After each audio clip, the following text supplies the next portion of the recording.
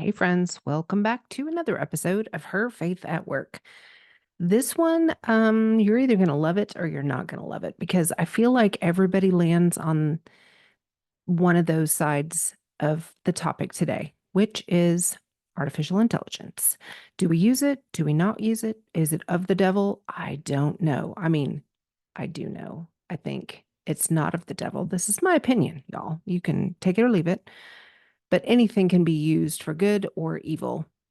And this falls into the same category. So I have the privilege of having a conversation about AI with a good friend of mine. Her name is Doris, and she has actually been on the podcast before. I told her she is the first two-timer for two-timer. That doesn't really sound good.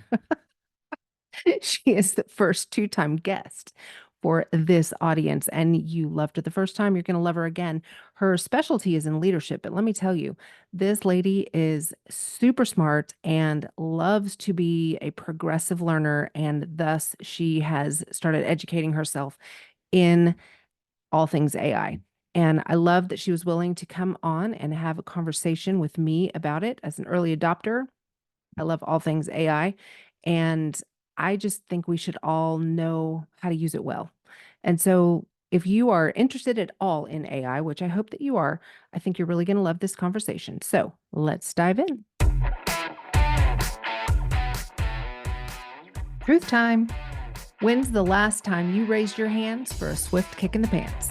Well, I'm the no nonsense type friend who's going to tell you when you have food in your teeth. So, let's get right to it. This is your infusion of sacred and secular, calling you higher into who God created you to be, exploring how intimately faith applies to every part of your life, and how you can live that faith every single day in the marketplace. I felt the tension of separation of church and state. I've been one of the few women at a table of men for decades, and I've stood my ground. Are you ready to do the same? These tools, resources, and interviews are meant to do just that. I'm Jan Touchberry, and it's time to share her faith at work.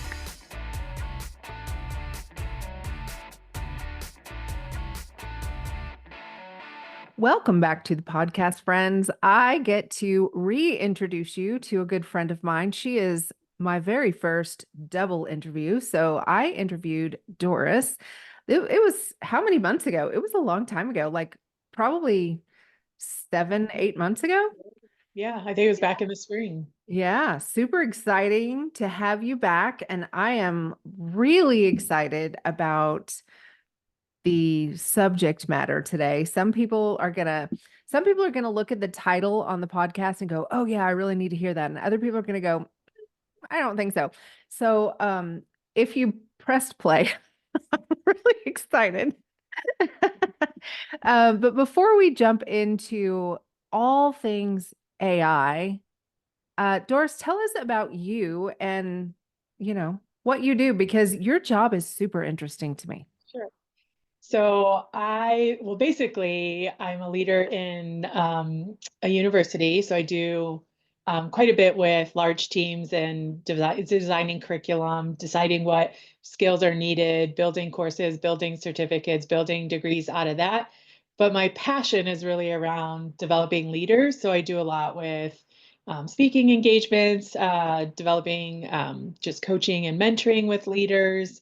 I just feel like the world just needs better leaders, and leaders feel like there's a need for better resources. So I kind of married the two. Like, I love it, I'm passionate about it, and I love supporting people's vision on how they want to grow and develop and leverage their strengths. So, yeah, anything leadership, you'll find me digging in, understanding, and looking at how do we continue to just evolve and serve our teams better. Oh, I think that's so great and so necessary. There's such a vacuum in leadership so many times. And so I'm thankful that people like you are passionate about it and can step in and fill that space. It's amazing. Um, Today we're talking about AI, and you and I were on a call about your website, and you mentioned taking some courses or learning about AI. And I'm like, oh, as soon as you do that, I need to have you on the Yeah. podcast. So thanks for sharing your knowledge with us, Doris.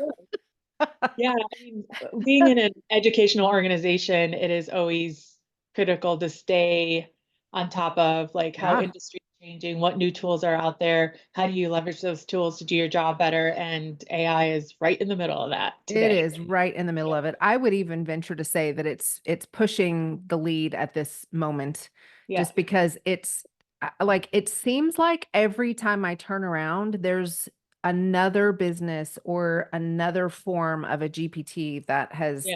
come out to do XYZ Yeah. and now you can do this and now Yeah. you can do this and I'm like, "Holy cow, this thing is it's developed a little bit of a life of its own, which is really cool, but also I know that it causes some fear and trepidation in some Yeah. people. So let's back up for I think most people are familiar with the term AI, but they may not understand truly what it is. So can you give it to us like in simple terms, maybe that Sure. non-techie people can Yeah, really so for understand? non-techie people, artificial intelligence, or what we lovingly call AI today, has been around for decades, and we've been participating in websites and tools and products that have leveraged AI for a long time. The last couple of years, though, a new form of artificial intelligence became more popular, and that's what we call the generative AI tools, the chat GPTs, the co-pilots, the things that really, I think it was introduced like 1 December, and then it just took off. And the reason it took off is it's like the first form of a tool that can actually mimic and take and do synthesis and an analysis of like and actually produce product that's like more human resulting. So like it could write letters for me, it could actually problem solve, it could synthesize a series of information, it could build pictures, it could build PowerPoints, it can take a lot of information and learn from itself with all that information. It's called machine learning and large language models, where how can I take and evolve based on all the information I keep taking in to produce the new things based on the requests that are being made of me. So this Right. is how the tool works. So, and it's the first time that's cracked like more of a humanization of and taking on human behaviors um, to produce things that we would normally produce that would take us quite a long time that it could do now in seconds or minutes, Mm. depending on what you ask it to do. And it became popular because it's a game changer for efficiency and productivity. So how Right. does it make my life easier every day to be able to use AI? Some people are using it to plan vacations and itineraries and research places to visit. Some people are using it, hey, I'm going to put this letter I want to write in it. Can you clean it up, make sure it's grammatically correct and written in a more friendly language? We've used it sometimes to say, hey, can you take this information and write it at a more 10th grade level so it's easier to understand? So there's so many things you can do with it. But I will say that I know that I'm going to be on board. I'm going to adopt it. Give me everything generative AI. And then there's a group that says, this is scary. I don't want anything to do with it, but the train has left the station and things are out there and products are using it. So I would say it's, I vacillate between fascination and excitement. And then there are days where I'm like, ooh, that's a little disturbing. Like, Right. um, Yeah. I just think it's normal though, like with any technology tools that come out to be able to ask, okay, like what's the benefit of this use? And then what do I need to understand and what are the challenges of it? Like what are the Mm. weaknesses or what are things that it doesn't do well and really leverage it for its strengths. Uh, Yeah. yeah. So there's a lot with There it. is a lot. Yeah. Yeah, and just to put you at ease if you're listening, we're not going to cover it all today because the Yeah. podcast would be Yeah. 7 days long. Yeah. So we're scratching the surface here, people. But let's speak really quickly to the people who may be on the fearful side Yeah. of it. Yeah. Um, what are you finding that can maybe help them rest a little bit easier? Because I know Yeah. that I'm seeing more and more guardrails be Yeah. put around Yeah. around AI and kind of security measures coming out when it seems like when the GPTs first started coming out, it was like the Wild West. It's Right. like, oh, and now that technology, I think, and people are catching up a little bit to Right. the speed with which this thing moved. we're finding some guardrails put around. So what would you say to somebody who is kind of still on that, I don't know if I want to Yeah. wade into this space? Yeah, I would say there are definitely lots of players involved to understand the ethical responsibilities with a tool like it. There's also, what are the implications of information that it's shared with, copyright issues, who owns it, if Hmm. AI designs it, can I really even copyright it? So there's a lot of things that have to be developed to say these are the additional guardrails. So like some organizations are taking the power of the tool and creating private instances of it. So then everything's contained within their ecosystem. So Hmm. anything they put in it is protected behind firewalls and it becomes a productivity tool. Like it becomes like an internal knowledge base that they can use and learn and create efficiencies in different roles and then really focus on the human parts of activities that can't be replicated and have people resources do those kinds of things and let the tool do more of the mundane, the repetitive things that could be done much faster so the volume could be picked up, right? Right. So there's government involved, there's regulations that have, the EU's put out, the US government's put out on uses of it, states are putting out specific guardrails around how you use it. And if you use it in a particular way, the additional reporting and infrastructure that you have to build to protect people's information. So there's a lot of movement. I would say it's still a little bit of the Wild West because there's a lot of questions Yeah. that have been answered yet, right? What can you put in it? What's protected? Especially if it's public facing. So there's a lot of publishers and artists and content creators that are like, I didn't give you permission to use that for that reason. So there's, cases out there that are trying to determine what are the regulations around that. So I would say the best thing to do is really think about it as another job aid. So if I think about like when Word first came out and this editor came, everyone's like, people are going to stop learning how to write well, and they're going to depend on the tool too much. And, all these things that were like almost like the sky is falling. Well, now, like, I can't imagine not having a tool that points out something that might be spelled wrong and asks me to go back and review it, right? Right. It's not always right, right? So you Mhm. still have to have the human intervention of know that I wanted that word for that context. So I don't, and then you decline the issue. So I see it as that kind of tool. Like, what can I do to leverage the creativity and the power of the tool while my expertise, my voice stays contained and authentic. So I use it to like rewrite my letter because it feels very clunky. Or, hey, can you check this for grammar punctuation? Or, hey, can you help me brainstorm this problem? And then I'll go in and find my solutions, right? So it saves some of the research time. Mhm. So I do think that there are values in everyday efficiencies to be able to use it for certain things that you're not feeding it protected private information that does save you time and hassle that would be a benefit to how Right. you get stuff done. So I Right. think the biggest thing is like when you are using it for things that people understand, like especially if you're creating content, like you're disclosing that if it wasn't human generated or primarily driven, that you're disclosing that it was AI generated just to have, the ethics transparency piece of that. But a lot of people are using their voice and they're just using it as a tool to clean up or just make it more efficient or reader friendly, whatever they're doing, Mm. or visual friendly. Yeah. Okay. So that's really interesting that you're saying disclosing that AI generated this content. Yeah. So honestly, I'm just gonna be honest. I had never even thought about I didn't think Yeah. about doing that. Yeah. So let me just throw a scenario at you because I use AI.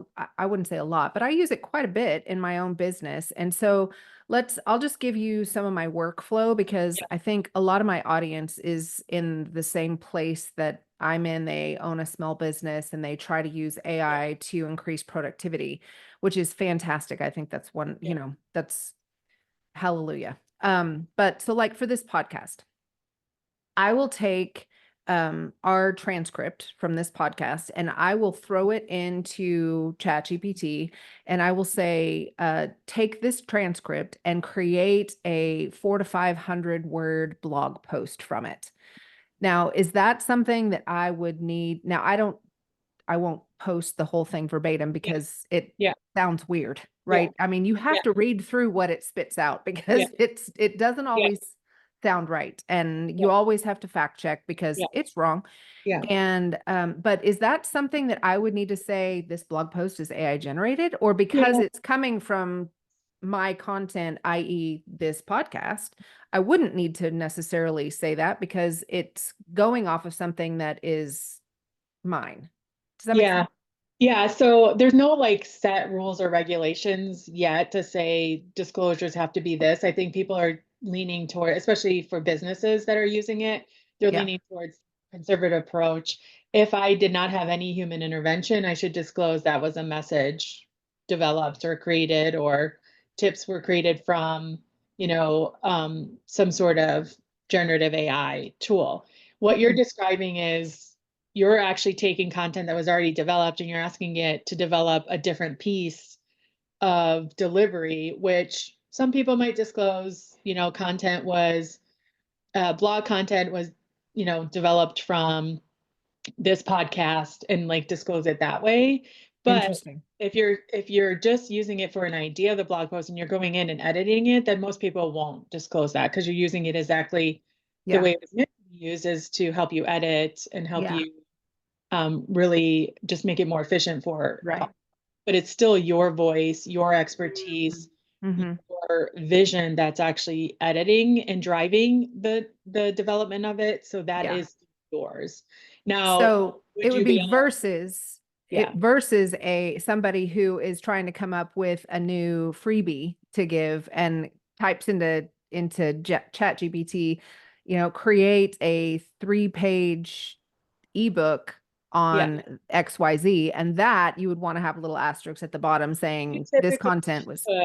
yeah. Yes, you typically should. Now, I think there's probably people on both sides of that audience Sure. saying, no, I shouldn't. But you should. I think the question will come out, can you really then, if somebody else takes your content that you created and reuses it, do you really have any sort of claim to it if you Oh didn't, yeah, right? So probably not. that's kind of the things that's what's squishy now. Like, could potentially my voice be taken and somebody else use it because Mm. of, right? There's already examples of where generative AI took a bunch of recordings that somebody put in it that was somebody else's, asked them to re-record content and claimed that it was their voice. Like that's the scary end of it, right? Oh So yeah. that's where like there will be rules and regulations that'll come out that'll be clearer related to that in the future. Because you already see momentum towards that. But you really want to think about, well, if I want to really get clients in my business to respond to my expertise and what I'm able to offer, you need to make sure that what you're offering, what you're developing, what you're creating is authentically your expertise and not primarily driven by AI, Yeah, right? that's really good. That's really, really good. So I think the bottom line and what I hear you saying is don't use it to cheat Right. and claim it as your own. We're not in fourth grade anymore. Don't use it to cheat and then say, "Hey, look what awesome work I came up with."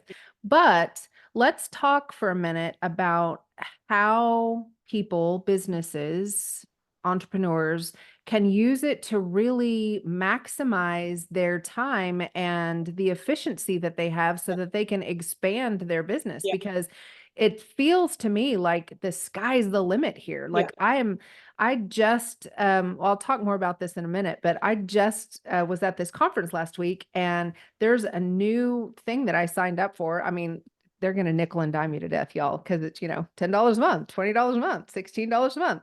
Here's a discount code.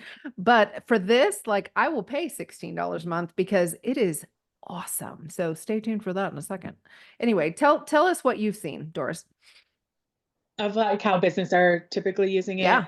So, Mm-hmm. I mean, you've seen some experiments and some testing of, can we take certain parameters of symptoms or patient history. And again, organizations that do that will have private instances of the AI within their organization Right. behind their firewall, but it has an ability to quickly connect dots faster than any human can to potentially tell you what a diagnosis could be. Whoa. And they're testing for that, right? Like, so what are like what, because it's taking volumes of information and trying to connect trends and theories. And if there's already research out there that it's depending Mm, on, that's already proven that these are some of the outcomes, it can take all of that in a short amount of time and say, here are all the patterns, you might want to consider this. Like, so wow. we see that like being tested right now in some aspects of healthcare. For marketing, for example, organizations will buy, a private instance or access to a platform that's theirs, and they'll pour in all their content, right, that they own, their prior campaigns, their prior information about who they serve, the mission, the vision, all of that. And then they'll ask, generate campaigns or messaging based on now what the tool understands the organization to be and who the audience is that they serve, and ask for ideas of messaging or nurturing, and then develop, a strategy for that, right? So they're using the tool to brainstorm, and then they develop and put together a strategy. Yeah.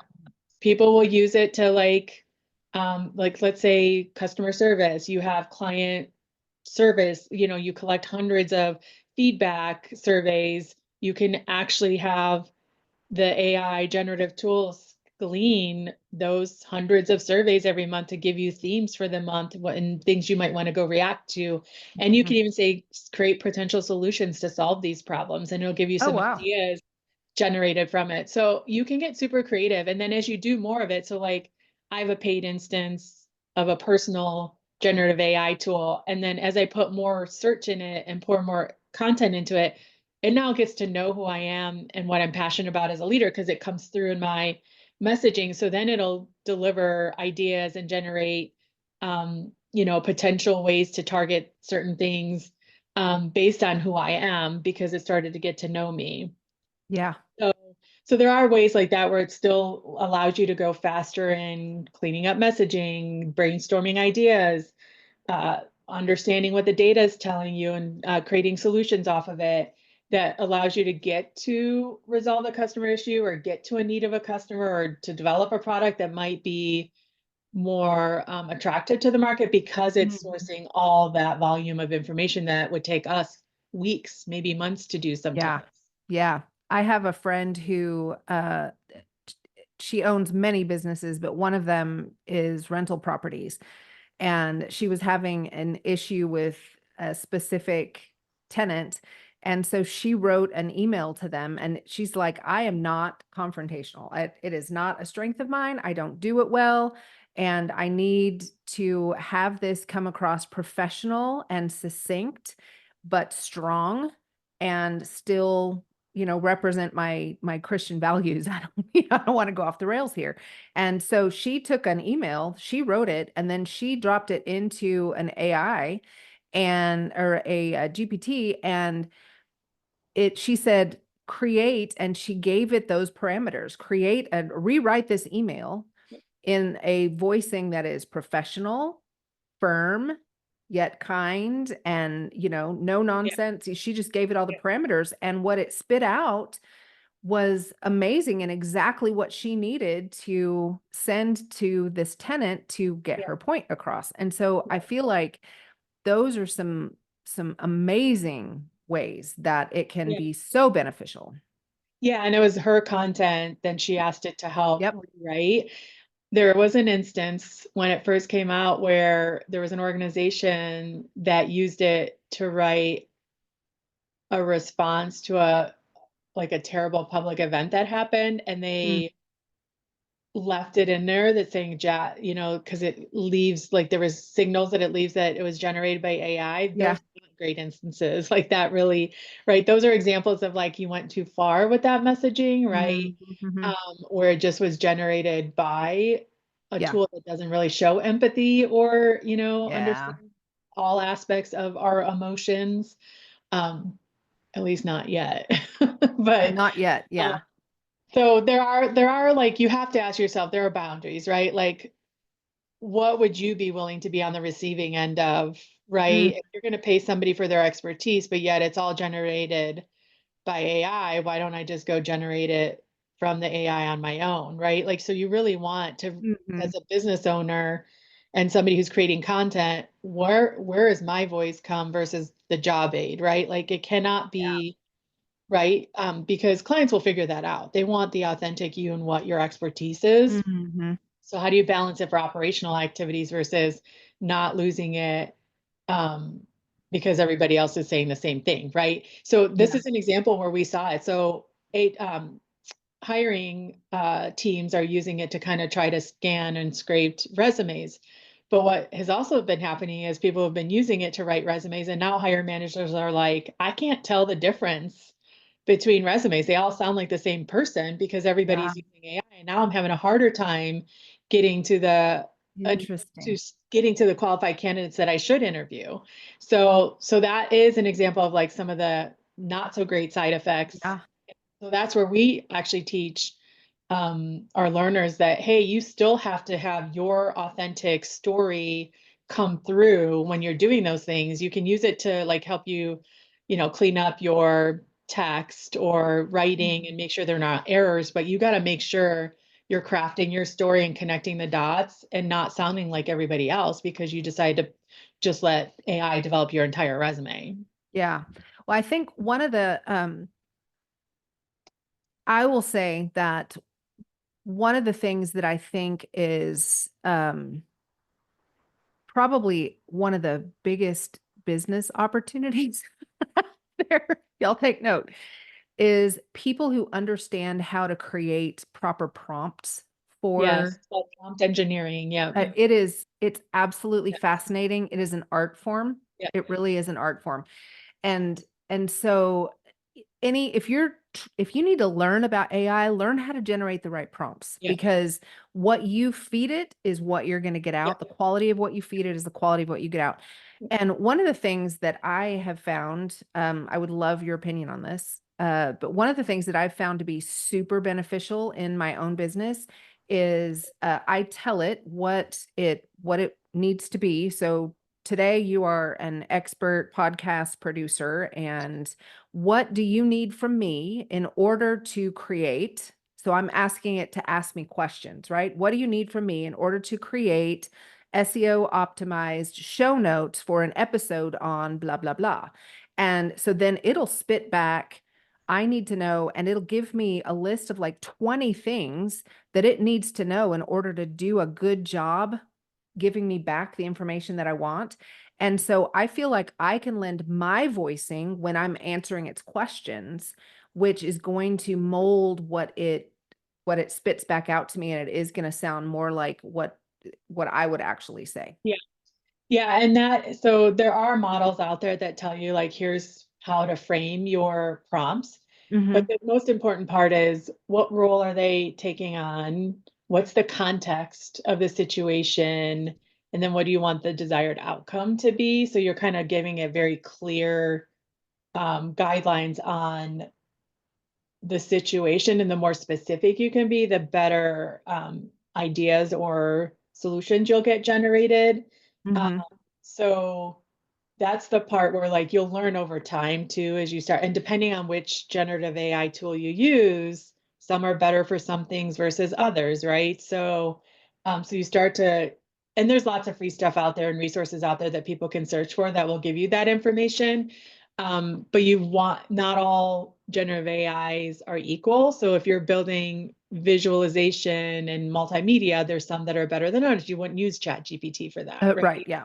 And now that Copilot is actually embedded in your Office suite of products, Word, Excel, PowerPoint, it starts to now take all of your context of things you're doing, and it becomes a great personal assistant to do certain Mm. things or scrape certain meeting items that came out. It is actually, the other day, I didn't know I had it on, but I was doing a meeting in Teams and it was being recorded. And at the end, it assessed my presentation skills. What? It came back and said, very good job, clear messaging. You avoided a lot of the ums, buts, challenges to presenting. Your language was inclusive. You used words like da da da da da, like, and then it said, and next time you might want to consider da da da da da.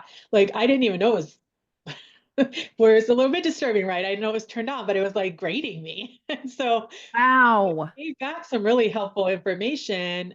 And I'm like, that's a great way to use it as, hey, what better tool to have that, you're in meetings with me all the time and you're listening to what I have to say and how I'm saying it. What a better development tool, because not everybody's in those meetings with you. My manager's not in those meetings with me, right? And so it gave me some good things to consider, but there are still some downsides, right? Because it's taking content that's already out there, Mhm. and there's content that's out there that's biased, right? And so there's still challenges, and that's why it's still, to me, the best value is AI plus human, not Yeah. AI in place of human, because that's where you're going to get the strengths of both aspects, right? You're going to get the human piece, which like evaluates for some of those things, is more self-aware, and your expertise, and then you use the best of what it could do that would take you days, weeks to do, and blend it, right? So I always Mhm. feel like the world should be AI plus human equals maximum benefit from, That's great.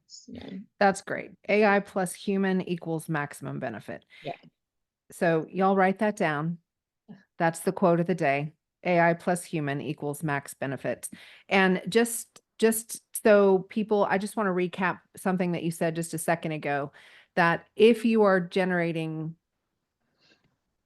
content through AI, you need to make sure that you're giving it the role that you want it to play, the context that you want it to play within, and the desired outcome for whatever it is you're yeah, asking it to do. yeah, So that like those are the three kind of consistent things, and yeah, then you can morph it from there. And yes, yeah, again, the more information you give it, the better. yeah. Um, Yeah, and you and can follow it up too. So if it doesn't get it right the first time, it'll let you like it, not like it, or even say, yeah. oh, can you try again and add this additional element or think about this additional piece? And then it'll come back with a better result. And as you do, the more you do that, the more it'll start to understand your preferences and how you ask the things. But I like your idea of like what other pieces of information would be helpful for you to do this, right? So adding that question is actually a great example add on, and I'm going to try that actually when Oh, I good. next time. I So feel so smart right now. yeah, so I do feel like it's still the Wild Yeah, West. I think we'll get more guidance. I think more and more tools are coming out. And I think everybody that wants to be first to market wants the feedback right. of people using it. So the product will continue to get better. But there's a time, there's a purpose and a place for each of those, just like there's a purpose and a place for a calculator, but you still have to understand the things that go behind it to be able to Mhm, feed it to get the right information, right? Same with mhm. computers. I've already said the human, the processing power is out, working humans, but you still need to understand how it works to be able to get the most out of it as a human using a computer. AI tool is not any different. Yeah, yeah, that's great. So I alluded to a new tool that I'm using, and you actually covered a lot of it. I signed up for this marketing tool, um, and I have barely scratched the surface on it. So I'm not ready to say, hey, everybody go jump on this marketing tool because I'm still learning. But the fascinating thing about it is that exactly like you said, I can feed it my brand voice. It's asked me for all of my brand colors, my logos, my ideal clients, all of those things. So it's asking for tons and tons of information about who I am, what my voice is, what adjectives would typically describe me and my voice and the way I present myself in print and in the digital space and in, real life. And, how do I show up and how do I want this tool to help me show up in these areas? And it actually creates marketing strategies. So not just the campaigns, but here's your strategy for XYZ launch that you're trying to do, or Yeah, here's the strategy for, whatever it is that you're trying to do for the next quarter. yeah, And then it breaks it down, Doris, by daily tasks to keep you on track. And it is absolutely like for somebody like yeah, me who needs those to-do lists, I'm super excited about having something that can take all that information and then save my brain from having to put it all on a calendar because it's going to do it for me. And that to me is one of the biggest pluses for AI is it saves my brain power to do things that only I can do Yeah. and not waste it on the tedious and mundane things that I'm not necessarily the best at and are, Yeah. causing decision fatigue. Yeah. Yeah, and any tool that allows you to kind of put that information in to get to know you is going to produce better results, Yeah. especially for the purpose of the tool. So even in like Chat GPT, like you can create different GPTs that have personas, and, Mm-hmm. and it stores what you've asked it to do in those personas. And then so when I know that I want to go do something particular, I turn on that persona and then add more, prompts for it, and it stores Yep. all that information. So you can even get that creative. Like I have certain personas for one aspect versus another aspect, and then it doesn't bleed all of it together. It can get Right. very specific in that context. So Yep. yeah. And I'm finding more and more things are coming out related to how the different, generative AI tools are working together and Yeah. integrating in other products you use, like Office, like marketing, like common industry tools that are in play. They're starting to now integrate those aspects Yeah. into other products to create the power of like Mm-hmm. leveraging the tech tool plus the human, add on, and it just creates better outcomes for everybody. Yeah, I think that's so fantastic. So as we wrap up this episode, knowing that this is not going to slow down, it Yeah. will only increase. So people just buckle up. It's not going anywhere. Yeah. Tell us what you think, in your opinion, are the biggest maybe cautions when we're Yeah. looking at this stuff, and also the biggest returns that we could see in the future. I know some of this speculation, but you are very well learned on this topic, so Yeah. I trust your opinions here. Yeah. I'm still learning. I think it'll be a forever thing. Sure. But Oh yeah. I would say just be thoughtful about what you put into it, right? Because we still Mm, don't have clear guidelines on how that information stored, privacy components of it. Do not put copyrighted material in it because that's protected and shouldn't go in it. And they warn you, the different chat prompts warn you of that. And then you could always play around with the free tool and just test it for like create a grocery list. I have a family of 4 that likes these kinds of foods and has these kinds of sensitivities. Create a grocery list for me, like, and start to play around with like things that would make your life easier, but is mhm. not like super top secret or things Yeah. that like, okay, well, if it's, somebody gets into that and sees that, it's not really going to create any harm to me, right? So that's where I always look at it. How can I make it my life easier while also only using it for things where like there's not really big security concerns? Like I'm not going to put financial information in there. I'm not going to put, Oh yeah. things like that, obviously. But like how can I leverage it to just make me more efficient so that I can be a better leader to my team or a better, mentor to others who I'm supporting? And how do I leverage it for its true power while also knowing these are its disadvantages, and just be sensitive to that, not use it in those circumstances. Yeah. I think that's so great. So great. Yes. So, tell us, Doris, how people can connect with you. And in addition to that, tell us what you're doing now because you've got some new programs and things that you're Yeah. working on, right? So tell people how they can get involved with you because you are somebody that people need to know. So you can get in touch with me. We can leave, I guess, the email, doris@dorissavron.com, in the show notes along with the website. What I'm working on currently is I do actually do leadership mentoring and business consulting. So right now, work with a lot of smaller, smaller organizations that are trying to get their business to the next level, but need help with really thinking through how to build a team. What are the responsibilities? How do I delineate the workflow between those responsibilities, to be able to allow the owner to work on the business instead of in the business, freeing Oh, up like wow. what are the things I really need to do. I also work with senior leaders who are trying to go to that next level, and it is a change of how you Mhm. lead at each level, and just helping them work through the tools of like, what are your values? What's important to you? What are your strengths? And how to leverage that for next steps. So a lot of mentoring and coaching. So those are products I already have in existence, but I will be coming out soon in February with a subscription, like a community that people can join that'll be all things leading. So we'll have live sessions, and then there'll be tools we share, and we'll learn from each other on how to get better as leaders. And AI will become a part of that, because as leaders, we can leverage AI as well. So That's awesome. So it sounds like I need to have you back on in February so that people can hear all about that, because that's going to be amazing. I know everything that you do is yeah. amazing. So thank you so much for your time. Thanks for diving into a subject that is hard for people and making it really, really tangible. I think people who listened to this episode today came away with some tips and tricks that they can use in their own businesses to make their life easier. So thank you so much. I appreciate you. Thanks for joining me for another episode of Her Faith at Work. If the Lord put someone on your heart that you think needs to hear this message today, will you just smash that share button? And if you haven't already followed the show, I would love for you to do that. Super extra points if you hop over to Apple Podcasts and leave us a review.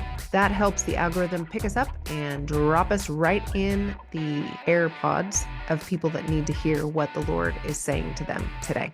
I hope you'll come back for the next episode of Her Faith at Work. The podcast comes out every Wednesday. And if you look down in the show notes, I've even got a couple of free downloads for you that I think you will really enjoy.